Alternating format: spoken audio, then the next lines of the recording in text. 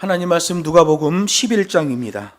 누가복음 11장 27절로 32절 말씀인데 오늘은 27절, 28절 말씀만 제가 봉독하겠습니다.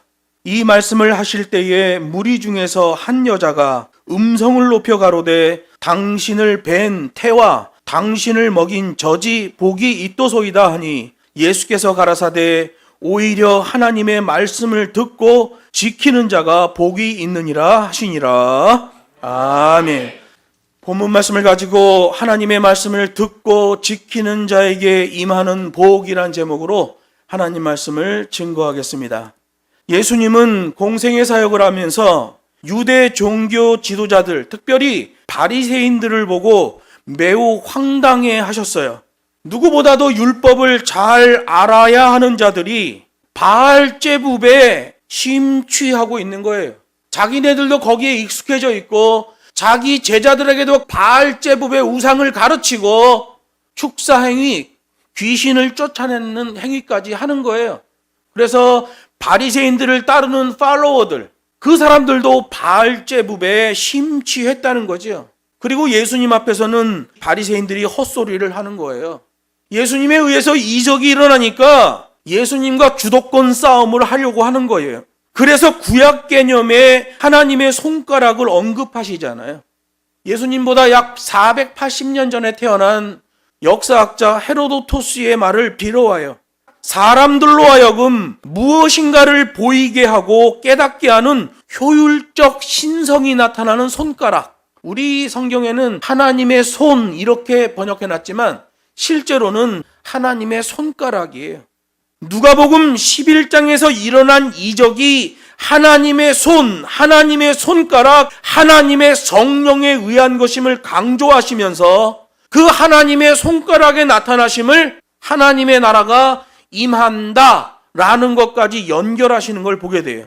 누가복음 11장에는 방향성 단어가 두 개가 나옵니다. 20절에 보면 하나님의 나라가 임한다라는 말이 있어요. 이 임한다라는 에프다센이라는 말은요, 하나님의 나라가 예수께 오고 예수께 온 하나님의 나라가 예수님을 통해서 예수님을 믿는 자들에게 오고 예수님을 믿는 자들과 예수님이 함께 동행하며 소유하게 되는 게 하나님의 나라라는 거예요. 그래서 하나님의 나라는 어느 한순간의 감동으로 나 예수 믿겠어요 하는 것으로 임하는 게 아니라 말이죠. 흐름이 나타나야 돼요. 하나님의 말씀의 흐름이 그 사람의 삶에서 계속 나타나고 심지어는 체질화까지 돼야 돼요. 제가 북경에서 나온 지 이제 한 5년 돼가는데 제가 없는 동안에도 교회가 유지되고 사역이 그대로 진행돼요. 왜 그럴까요? 체질화죠. 거기에 있는 지체들을 하나님의 말씀으로 체질화시켜 놓으니까 거기 사역이 이상 없이 진행되는 거예요. 심지어 그 많은 공안의 핍박이 있고 북경에서 추방하려는 그 어려운 상황 속에서도 하나님께서 하나님의 피난처로 그들을 다 피난시키시고 오히려 더 좋은 조건을 만들어 주시는 걸 보게 되는 거예요. 하나님의 나라는 예수께 오고 예수를 통해서 우리들에게 하나님의 나라가 임하게 되고 예수와 우리가 함께 동행하며 그 하나님의 나라가 우리한테 소유되게 되는 거예요. 그거를 신학적 용어로는 선취된 천국이라는 거죠. 앞선자, 취할 취자. 우리가 아직 하늘나라에 이르지는 않았는데 이미 하나님의 나라가 우리한테 선취되어 임하고 있다는 거예요. 그러나 하나님의 나라의 법과 식에 대하여 반대로 움직이는 자들이 나오는데 성경 본문에 보면 바리새인 같은 자들이죠. 누구보다도 하나님에 대해서 더 잘 알아야 되는데 유대 종교 지도자들이잖아요. 그런데 이방 우상에 심취하고 있단 말이에요. 자기네 기득권을 파수하는데 혈안이 돼 있단 말이에요. 그래서 예수님하고 주도권 싸움, 헤게모니 싸움까지 벌이는 자들이 바로 이 유대 종교 지도자들이었단 말이죠. 그들은 하나님의 나라의 법과 식에 대하여 반대로 움직이는 자예요. 그래서 누가복음 11장에서 나오는 두 개의 방향성 단어, 하나는 20절에 있는 하나님의 나라가 임한다라는 단어고요. 26절에 보면 거한다라는 단어가 나와요. 카토이케이라는 단어예요. 이 거한다라는 단어는 더 악해져서 아랫방향 쪽으로 심화된다라는 뜻이에요.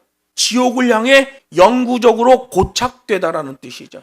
주님이 비유의 말씀을 들잖아요. 한 사람에게 악령이 영향을 주고 있었는데 이 악령이 딴 곳으로 갔다가 나중에 돌아와 보니 이 사람이 하나님의 말씀으로 관리가 안 되는 거예요. 분명히 축사 사역을 통해서 이 악령이 떠나게 됐는데 나중에 와보니까 이 사람이 하나님 말씀으로 관리가 안 된 거예요. 그래서 7 악신을 더 데리고 왔다. 이렇게 비유의 말씀을 드는 거예요. 이거 우리나라 이 한반도 땅에 있는 샤머니즘적 입장에서 이해하면 안 됩니다. 예수님이 예화로 드신 거예요.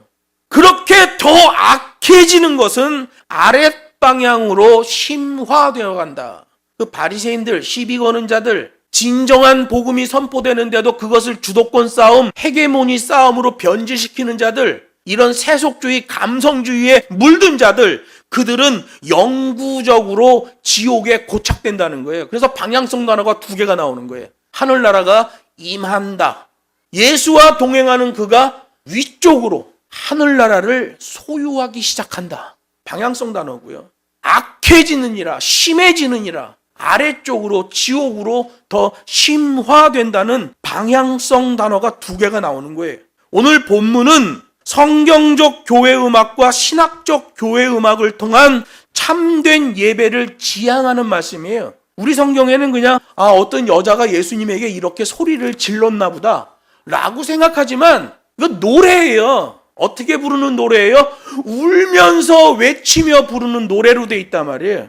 이 말씀을 하실 때에 무리 중에서 한 여자가 음성을 높여 가로되, 이 음성을 높였다는 게 우리나라 말로는 그냥 샤우팅 했냐, 소리를 질렀냐, 이렇게 이해될 수 있지만 원문은 그렇지 않아요. 센 바람처럼 큰 소리를 내다라는 말이에요. 우터런스라는 말이에요. 실제로 그 모양을 묘사하면 울면서 소리를 지르다라는 뜻이에요. 뭔가를 발견한 거죠. 그래서 감동의 눈물이 드디어 내가 이분을 보는구나 라는 감동의 눈물을 흘리며 외치는 샤우팅의 찬양인 거예요. 여기 보면 27절에 당신을 뵌 태와 당신을 먹인 젖이 복이 있습니다 라는 것은 노래예요. 메시아의 언약의 노래지요. 누가복음 1장에 보면 예수님에 대한 수태고지가 나오잖아요. 그때도 메시아의 노래가 나와요. 메시아의 탄생을 확증하는 노래예요. 예수님 태어나시기 700년 전에 이사야를 통해서 예언되었던 말씀, 그 말씀이 이제 실물로 드러나는 거예요. 그런데 예수님 태어나시기 그 앞에 400년이 유대 암흑의 역사 중간기란 말이에요. 700년 전에 예언됐고 쭉 300년 내려오다가 400년 동안 완전히 유대 역사의 암흑기가 된 다음에 예수님이 오신 거예요. 그랬는데 예수님이 오셔서 하나님의 나라의 방향성 단어를 말씀하시네요. 이제 하나님의 손가락이 나타나네요. 여러분, 시내산에서 돌판에 하나님이 십계명을 새겨주실 때 여호와께서 친히 기록하신, 그가 친수로 기록하신, 이렇게 남긴단 말이에요. 하나님의 손이 나타나면 하나님이 나타나신 거예요. 이 말씀을 통해서 우리가 알게 되는 것은 예수님 태어나기 직전 400년 동안 침묵하시던 하나님이 이제 나타나시는 거예요. 그 전에 사람들은 피상적으로 여호와를 믿고 있는 거예요. 하나님이 말씀하시잖아요. 내가 너의 절기를 미워한다. 내가 너의 번제, 너의 제사를 받지 않겠다 라고 말씀하시고 침묵하셨단 말이에요. 그런데 사람들은 자기네가 하나님을 예배한다고 생각했죠. 하나님께 제사를 드렸다고 생각했어요. 그런데 하나님 입장에서 보면 안 받으셨죠. 헛발질을 한 거예요. 여러분, 허공에 헛발질해도 땀나고 힘들어요. 땀나고 힘들다고 무슨 일이 된 게 아닙니다. 허공에 헛발질한 건 아무 의미가 없어요. 예수님이 오셔서 하나님의 나라에 대한 방향성의 언어를 말씀하셔요. 그런데 이 자리에서 울며 외치는 여자의 노래가 누가복음 1장에 나오는 메시아의 수태고지 때 나왔던 노래랑 똑같은 노래란 말이에요. 누가복음 1장 42절에 보면 메시아의 노래가 나오는데 이런 배경이에요. 결혼을 안 했는데 마리아가 애를 가졌어. 처녀가 애를 가진 거예요. 너무 고통스러운 거예요. 물론 가브리엘 천사의 수태고지가 있었지만 실제 삶에서는 큰일 난 거예요. 유대 문화로 보면 돌에 맞아 죽는 상황이에요.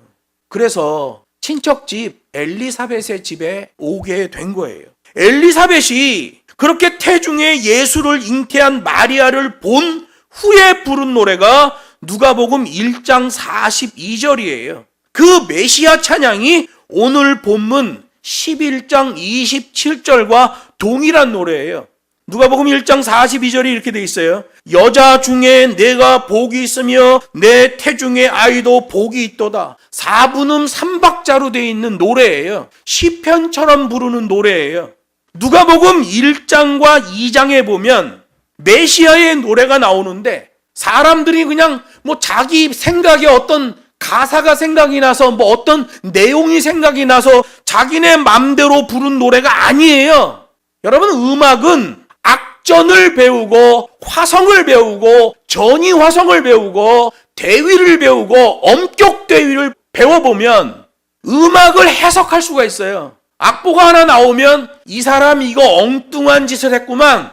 악보가 하나 나오면 야, 이 사람은 정말 심혈을 기울여서 악보를 그렸구만. 이걸 알 수 있어요. 왜? 화성법이라는 게 있거든요. 노래 아무렇게나 만들었다고 검찰이 잡아가는 건 아니에요. 그런데 기독교 음악에는 그 법과 식이 있어요. 누가복음은 가장 똑똑한 사람이 적은 복음서예요. 가장 공부 많이 했고 제일 좋은 스승을 가졌던 사람이 적은 글이에요. 그래서 전문 단어가 굉장히 많이 나오는 겁니다. 누가복음 1장과 2장에는 예수님의 탄생을 샅샅이 뒤진 누가가 기록했는데 거기에 노래가 4개가 나와요. 엘리사벳의 노래가 제일 처음 나오는데 누가복음 1장 42절로 45절에 있는 노래예요. 이걸 교회 음악 전문 용어로 율로게오라고 그래요. 야, 율로게오를 불렀어? 오늘 우리가 찬양 3곡 했잖아요. 예배 전에 3곡 하고 예배 때에도 찬양을 해요. 찬양이 다 제목이 있잖아요. 이 찬양도 제목이 있는 찬양이에요. 근데 번역본 성경을 보는 우리로서는 그걸 찾아낼 수가 없죠. 안타까운 거죠. 그렇다고 우리가 헬라어 성경, 히브리어 성경을 끼고 다니면서 읽을 수 있는 직독직해를 할 수 있는 사람이 아니니까 어쩔 수 없이 번역본 성경을 이거 하나님의 말씀이라고 우리가 신앙적으로 받아들이는 거죠. 신학적으로는 번역본이죠. 엘리사벳이 자기를 찾아온 예수를 잉태한 마리아를 본 후에 부른 노래가 율로게오 찬양이에요. 그 다음에 엘리사벳이 노래가 끝나고 나니까 누가복음 1장 46절로 55절에 마리아의 노래가 나와요. 이 찬양의 제목이 매그니피켓이라는 찬양이에요. 엘리사벳의 노래와 마리아의 노래는 실제로는 같은 노래입니다. 여러분, 이게 노래를 들어보면 말이에요. 찬양을 불러보면 어느 거 한 절씩 이렇게 불러보면 이 찬양하고 이 찬양은 같은 악보네. 이런 걸 알 수 있잖아요. 엘리사벳이 부른 율로게오와 마리아가 부른 매그니피켓이라는 노래는 같은 노래예요. 1절과 2절이죠. 교독 형식으로 된 거예요. 먼저 엘리사벳이 선창하고 후창으로 마리아가 부른 거죠. 율로게오와 매그니피켓. 그리고 사가랴의 노래가 나오는데요. 누가복음 1장 64절로 79절에 보면 드디어 세례 요한이 태어나요. 세례 요한이 태어나기 전까지 제사장 사가랴의 입이 닫혔단 말이에요. 말을 못해. 애를 낳아서 이름을 져주려고 그랬더니 엘리사벳이 이 애의 이름은 요한이어야 됩니다. 그래. 그러니까 이상하다. 우리 집에는 이런 이름이 지어줄 수가 없는데 그 이름을 짓는 거예요. 그랬더니 사가랴의 입이 열려요. 누가복음 1장 64절로 79절에 베네딕투스라는 노래가 나옵니다. 사가랴의 노래. 메시아 공생의 사역 전체를 노래해요. 그가 태어나면서 그가 사역을 마칠 때까지의 모든 내용이 그 노래에 다 나와버려요. 엘리사벳의 율로게오, 마리아의 매그니피켓, 사가랴 베네딕투스, 그리고 누가복음 2장에 가면 어린 예수를 보고 한 노인이 충격을 받으며 노래를 불러요. 이 아이가 장차 속죄의 제물이 될 것이다. 그 노래의 제목이 뭉크 디미티스라는 노래예요. 예수 믿고 구원받으세요. 예수 믿고 축복받으세요. 잘 사세요. 라는 것은 미혹입니다. 기독교인들은 성경에 있는 하나님 말씀을 잘 배워야 돼요. 그렇게 예수 믿고 구원받으세요라는 복음을 전해버리니까 안상홍 증인회가 나오고 신천지가 나오고 김백문이 나오고 생 난리를 치는 거 아니겠어요? 성경은 성경대로 가르쳐야 돼요. 성경에 나온 대로 해야 돼요. 그렇지 않으면 교회가 세속주의, 자기 생각, 자기 기준, 감성주의에 매몰돼 버립니다. 그래서 프로그램과 이벤트 잡아돌리는 교회가 되는 거예요. 주님이 우리에게 주신 대사명이 뭐예요? 땅끝까지 이르러 내가 너희에게 분부한 모든 것을 가르쳐 지키게 하라. 이게 교회 사명이에요. 그러면 하나님 말씀 알아야 되잖아요. 이게 찬양인지 뭔지도 모르고 그냥 여자가 그냥 감격해가지고 예수라는 사람이 아주 달변이라 너무 감격해가지고 그런 달변 속에서 신성을 읽었다라고 말하는 르네상스 이후에 나온 신학으로는, 인본주의 신학으로는 하나님의 말씀이 해석이 안 된단 말이에요. 이런 율로게오, 매그니피켓, 베네딕투스, 뭉크, 디미티스의 찬양을 보면 하나님을 아는 자들에게서 나와지는 찬양이 확실히 다르다는 걸 알게 되는 거예요. 요즘 찬양 가수들 보면 자기의 기분과 자기의 감성을 노래해요. 그래서 사람들이 막 되게 좋아해. 그런 건 대중가요예요. 교회의 찬양은 딱 3가지로 정해져 있어요. 첫째, 하나님의 존재를 찬양하는 거예요. 둘째, 하나님이 기록하신 계명을 찬양하는 거예요. 하나님의 계명으로 된, 하나님의 말씀으로 된 찬양이죠. 세 번째, 하나님이 어떤 일을 하셨냐. 이런 일을 하셨다. 그 하신 일을 찬양하는 거예요. 찬양의 재료는 딱 3가지입니다. 성경적 찬양이죠. 여기 율로게오나 매그니피켓, 베네딕투스, 뭉크, 디미티스 찬양을 보면 그렇게 돼 있어요. 하나님의 존재, 그분이 말씀하신 것, 그분이 하신 일, 이것만 찬양의 재료예요. 다른 걸 찬양의 재료로 삼으면 안 돼요. 요즘은 예배 찬양이 안 나오는 시대예요. 예배 찬양이 안 나옵니다. 제가 복음성가협회에서 실행총무로 1년 반 정도 일했는데, 제가 그래서 복음성가 가수들, 그들의 삶을 아주 잘 알죠. 돈벌이 찬양입니다. 진짜 찬양은 아니에요. 근데 교회가 이벤트하고 프로그램 잡아돌리고 하나님 말씀 대충대충 전하고 친목단체 교회를 만들다 보니까 그런 독버섯 같은 사람들이 움직일 수 있는 공간이 나와진 거죠. 진짜 하나님의 말씀으로 가면 그 사람들이 활개치고 다닌 돈벌이 찬양을 부를 공간이 안 나옵니다. 구약에서도 동일한 형식의 찬양들이 있어요. 무기력한 이스라엘을 돌아보시고 회복을 시키시는 하나님을 찬양하는 노래가 사사기 5장에 나와요. 드보라와 바락의 노래 속에서 나와요. 사사기 5장 2절 보면 즐거이 헌신하는 자, 그들이 하나님을 찬양할 자격이 주어져요. 사사기 5장 12절에 보면 깨어있는 자, 그들이 하나님을 찬양할 때 하나님이 그들의 찬양을 받으셔요. 사사기 5장 31절에 보면 오직 여호와만 의지하는 자, 그들의 찬양을 하나님이 받으셔요. 하나님이 능히 받으시는 찬양을 부를 수 있는 자들의 한계를 성경이 설정해놔요. 그리고 아가서 1장에 보면 예수와 또 신부된 교회의 관계를 솔로몬과 술람미 여인의 관계로 치환하여 부르는 노래가 나와요. 치환. 성경에는 솔로몬과 술람미 여인의 노래로 되어 있는데 실제 의미는 예수와 신부된 교회의 관계에 대한 노래란 말이에요. 아가서 1장 8절 말씀. 너 최상의 어여쁜 자야. 하나님께서 예수의 몸된 교회를 바라보실 때 말씀하시는 하나님의 평가예요. 치환. 요 앞에 본문에서는 방향성 단어 2개가 강조되고요. 오늘 본문에서는 치환어 하나가 강조되는 거예요. 치환. 이것을 이것이라고 바꿔서 설명해 주는 거죠. 아주 중요한 단어예요. 우리 한글 성경으로는 절대로 찾아낼 수 없습니다. 앞에는 방향성 단어 2개가 중요했고요. 오늘 본문 27절, 28절에서는 치환어 하나가 중요한 거예요. 성경 안에서 메시아의 노래를 부른 사람들의 공통점은 하나님의 언약을 늘 기억하고 사는 사람들이라는 거예요. 이걸 신학 용어로 렘넌트라고 해요. 렘넌트. 남은 자. 그래서 남은 자 사상이라는 것도 있잖아요. 유대 땅에. 이방에 의해 핥히어지고 짓밟히고 우겨쌈을 당해도 하나님의 말씀 계명을 붙들고 끝까지 인내하며 그 말씀을 따라가는 사람, 남아있는 자, 렘넌트 사상이죠. 세례 요한의 아버지 사가랴, 예루살렘 종교 권력에서 밀려난 제사장이에요. 하나님 말씀을 너무나 잘 알아요. 알 뿐만 아니라 그 말씀을 실천하며 사는 제사장이었어요. 그러다 보니까 예루살렘 종교 권력자들 사이에서 팽당하는 거예요. 예수교 장로회 통합 측에서도 너무 올곧은 것 때문에 배척을 당한 목사가 몇 명 있습니다. 그 사람이 나타나면 교회 정치하는 목사들의 모습이 얼마나 추한지가 보여지는 거예요.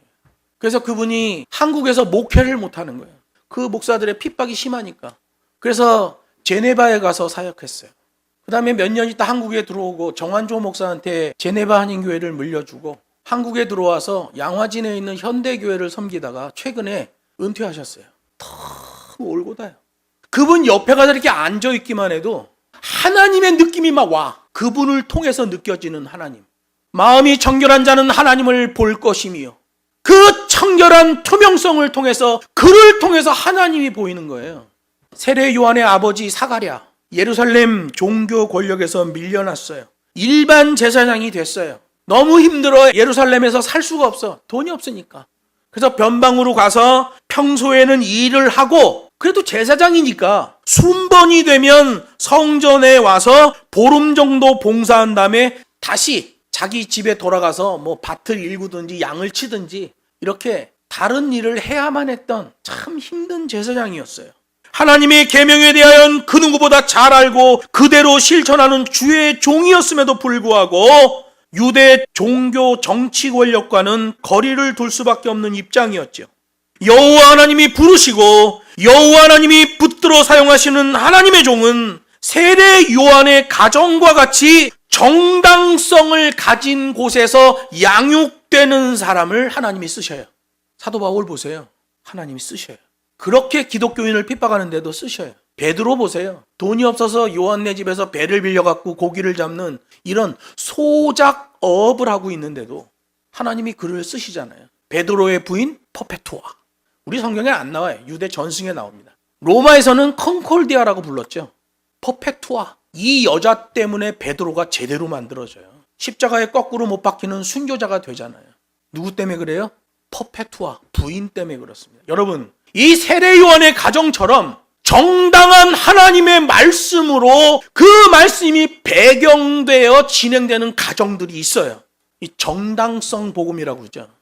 거기서 양육된 자들을 하나님이 사용하시는 거예요. 그런 사람들은 하나님의 말씀이 배경이 되고 그것이 흐름이 되고 그 흐름이 체질화까지 나아가기 때문에 그 사람의 삶을 보면 그 사람의 생각과 말과 행동을 보면 하나님이 그와 함께 동행하고 있다는 걸 금방 알 수 있어요.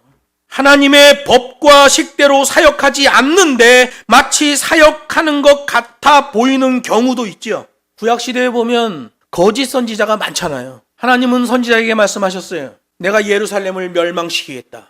거짓 선지자들은 말합니다. 하나님이 우리 서민을 멸망시킬 일이 없다. 그럴 리가 없다. 결과는 어떻게 됐어요? 멸망했죠. 거짓 선지자들이 있어요. 자기네 생각대로 말해요. 자기가 원하는 대로 말해요. 요즘 말로 하면 자가발전 사역이에요. 하나님이 힘 주시고 능 주셔서 돼야 되는 사역인데 그 인도하심을 받아가야 되는 사역인데 자기가 만들어서 하는 거죠. 자가발전 사역이라고 그래요. 사역은 아니죠. 여러분, 자가발전은 하면 할수록 죄입니다.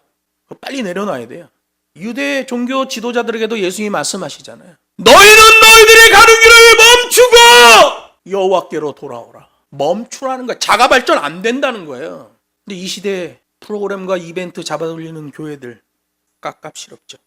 세례 요한의 어머니 엘리사벳 보세요. 그런 제사장 남편을 두고 있는 여인이에요.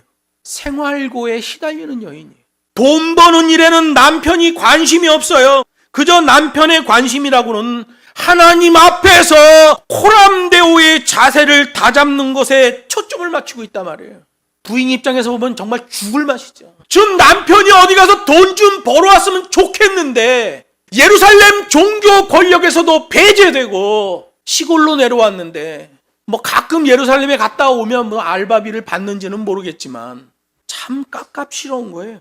그렇게 생활은 어려워도 사가랴의 그런 자세와 믿음 때문에 하나님이 그 가정을 붙드시고 인도하시고 사용하시는 거예요. 최종적인 복, 그거죠. 지금 내 감정대로, 내 생각대로, 내 쾌락주의대로 움직이면 지금 당장은 좋을 수 있어요. 그런데 최종적인 복에는 다다르지 못하는 거예요. 하나님의 말씀대로 해야 최종적인 복에 다가가는 거지요.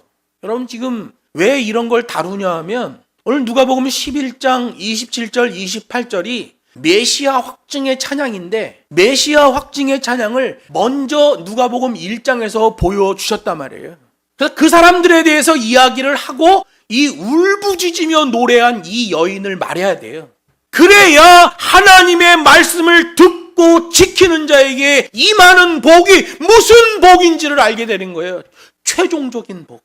내 생각에 기분 좋은 복이 아니에요. 하나님이 우리를 복되시게 하려고 하신 그 최종적인 복이 임하는 매뉴얼이 본문에 기록되어 있기 때문에 그래요. 메시아 찬양을 불렀던 동정녀 마리아를 보세요. 역사의 주관자 되시며 심판자이신 하나님을 노래로 증거하며 자신의 신앙 상태를 그대로 보여주고 있는 게 누가복음 1장 46절로 55절에 있는 매그니피켓 찬양이란 말이에요. 하나님의 존재, 하나님의 속성, 하나님의 윤리와 성품, 그의 권세와 능력, 회복, 관심, 긍휼, 보호, 마리아의 노래에 이 하나님의 속성이 다 나와버리는 거예요. 그 핵심 내용을 하나로 묶어보면 하나님의 능력은 변덕스럽지 않습니다. 일관된 공의에 따라 행사되기 때문입니다. 이게 마리아의 노래의 핵심 골격이에요. 하나님의 능력에 나타나는 것은 사람의 감정, 사람의 희망사항에 의한 변덕스러움이 없다는 거죠. 왜냐하면 하나님은 공의의 하나님이시기 때문에 그 공의의 법과 식대로 가시는 하나님이라 그렇다는 거예요. 이게 마리아의 매그니피켓 찬양의 핵심 골격이죠. 이사야 5장 16절에도 보면 메시아 찬양이 나오는데요. 법과 식대로의 찬양을 말해요. 여러분, 누구나 예수 믿을 수 있습니다. 아무나 천국 가는 건 아니에요. 누구나 노래 부를 수 있습니다. 누구나 찬양할 수 있어요. 아무나 법과 식대로의 찬양을 부르는 건 아니에요. 교회 예배 음악은 기악과 성악이 있어요. 악기로 하는 건 기악이라고 그러죠. 노래로 하는 건 성악이라고 그래요. 배경이 뭐예요? 텍추얼리즘이죠. 텍스트, 하나님의 말씀. 하나님의 말씀이 기준된 찬양. 기악도 그거에 맞춰서 연주돼야 돼요. 성악도 마찬가지. 성악은 벨칸토 마스케라. 기악은 텍추얼리즘에 7가지의 연주법이 있는 거예요. 찬양의 제사드리며 성소로 나아갑니다. 이게 우리 하나님의 예배의 도입이에요. 찬양이 무너지면 예배가 불가능해집니다. 찬양에서 타락하면 복구가 안 되는 거예요. 천상의 천사장 루시퍼. 루시퍼는 라틴어 이름이고요. 히브리어 이름으로는 헤일렐입니다. 찬양에서 타락했잖아요. 복구가 안 돼. 마귀가 돼버리잖아요. 여러분, 찬양에서 타락하면 복구 안 됩니다. 근데 교회마다 교회 음악 신학이 이게 정립이 안 돼 있다 보니까 그냥 그런 애들 데려다가 노래 부르고 뭐 30만 원 주고 50만 원 주고, 우리 기독교가 지금 이런 상황이에요. 예수님 당시에 예수님에게 대들고 주도권 싸움을 했던 종교 지도자들, 그때의 유대교의 행태, 이게 지금 우리나라 기독교의 모습이에요. 현장 사역하면 한국교회를 보면 막 답답한 거예요. 샤머니즘과 유교가 짬뽕이 돼 있어요. 순수 기독교가 아니야. 찬양도 다 무너져 버렸어요. 교회에서 분쟁이 제일 많은 파트가 노래하는 파트입니다. 싸움이 제일 많이 나요. 자기들끼리도 싸우고 막 이럽니다. 하나님의 음악은 하나님의 말씀으로 가지 않으면 사단이 개입해요. 왜? 음악의 천사장이거든요. 최고의 음악가란 말이에요. 그가 미혹의 노래를 부르면 거기에 안 넘어갈 자가 없어요. 하나님의 말씀을 알면 절대로 안 넘어가죠. 그래서 교회에 사역을 하는 목사들은 그 하나님의 찬양을 좀 잘 알고 있어야 됩니다. 성경적 교회 음악과 신학적 교회 음악에 대한 정확한 기준을 갖고 있어야 돼요. 이게 없으면 중구난방 교회를 다 오염시켜버리는 겁니다. 찬양의 제사드리며 성소로 나아가야 되는데 이게 안 되는 거예요. 시작부터 안 되는 거예요. 어디로 가요? 엉뚱한 데로 빠져버리게 되는 거지. 하나님께서 하나님의 사람들을 통해 하나님의 거룩한 일을 이루어 가실 때 그 일에 쓰임받게 될 사람들에게는 하나님의 코드를 알게 하신다는 거예요. 그래서 성령 충만이 일어나면 뭐 눈 뒤집어 가지고 입에서 거품 나면서 뒤로 넘어지고 이런 게 아니라 성령 충만하면 통찰력이 생기는 거예요. 앞에서 끝까지 전체를 다 보면서 움직여요. 그걸 우리 주님은 뭐라고 말씀하셔요? 세상 끝날까지 내가 너희와 함께 할 것이다. 이게 무슨 말이에요? 우리들에게는 통찰력이 생긴다는 거죠. 통찰력에 성령 충만이 생기면 그 사람의 자세에서 변화가 일어나요. 자기 관리가 시작됩니다. 전체를 보기 때문에 그 구간에 있는 자기 삶의 자세를 잡기 시작해요. 그 진짜 그리스도인이죠. 내가 믿었으니까 나는 구원의 백성이야. 이건 샤머니즘이에요. 내가 믿는 게 뭔지를 알아야 돼요. 그 골격을 알아야 돼요. 찬양이 뭐고 계명이 뭔지를 알아야 돼요. 그렇지 않으면 수박 겉핥기 하다 끝나는 거예요. 허공에 열심히 헛발질하는 거죠. 땀도 뻘뻘 나니까 내가 뭐 굉장한 일을 하는 것 같다. 힘도 쪽 빠지니까 야 내가 엄청나게 수고한 것 같다. 허공에 헛발질한 거예요. 하나님의 코드로 일하는 자는 사람의 시간표가 아니라 하나님의 시간표에 민감하고 계명에 명하신 대로 행하는 특징을 보인다는 거예요. 양방향 코드지요. 블루투스가 그런 거 아니겠어요? 양방향에서 쉐어링을 해줘야 돼요. 그래야 블루투스가 작동이 돼. 한 방향에서만 나가면 블루투스가 연결이 안 돼요. 양방향에서 쉐어링을 오케이 해야 돼요. 그래야 그게 제대로 작동되는 것처럼 하나님의 계명에 명하신 대로 행하는 특징이 양방향 코드로 나온단 말이에요. 하나님 내가 끝까지 겸손하겠습니다. 하나님 내가 끝까지 충성하겠습니다. 그랬더니 주님이 그 코드에서 말씀하셔요. 세상 끝날까지 내가 너와 함께 할 것이다. 이 양방향 코드란 말이에요. 그런데 어느 한순간 기분 좋다고 서원하고 어느 한순간 기분 좋다고 은혜 받았다고 그건 양방향 코드가 아니에요. 자기 생각, 자기 기준, 자기 경험, 자기 지식이죠. 이거 걸러내야 돼요. 주님이 유대 종교 지도자들에게 계속해서 명하시는 게 그거잖아요. 아무리 예수님이 외쳐도 그 사람들은 주도권 싸움을 하네. 근데 오늘 본문에 나오는 여인은 양방향 코드가 움직여요. 울면서 외치며 노래해요. 그래서 주님이 치환어를 하나 사용하시는 거예요. 더 복된 일이 있다. 하나님의 말씀에 충성된 자들에게는 하나님이 계속 증강계명으로 주셔요. 지난번에 1단계 수준의 계명을 주셨다면 그 일에서 성숙해지는 자들에겐 2단계, 3단계, 4단계를 이렇게 중간계명을 주시는 걸 보여요. 오늘 여인이 노래하잖아요. 당신을 뵌 태와 당신에게 젖을 먹인 자는 복이 있나이다. 그랬더니 그것보다 더 큰 복이 있다. 하나님의 말씀을 듣고 지키라. 이 증강계명을 주셔요. 이 양방향 코드가 나와지면 하나님이 주시는 증강계명이 나오고 이 양방향 코드에서 이게 연결이 돼요. 양방향 코드가 안 되는데 기독교인이 된 사람들은 기도하는 걸 보면 자기 희망사항을 기도합니다. 여러분 기도는 자기 희망사항이 아니에요. 그 나라와 그 의를 구하는 게 기도지요. 그래서 오늘 본문 다음에 본문의 여인에게 증강계명을 하나 주시고 그 다음에 요나의 표적에 대해서 말씀하시는 거예요. 더 증강된 계명이죠. 이게 오늘 본문에 잡혀있는 말씀 27절부터 32절까지의 말씀이죠. 나머지 말씀은 다음 시간에 계속 이어서 증거하도록 하겠습니다.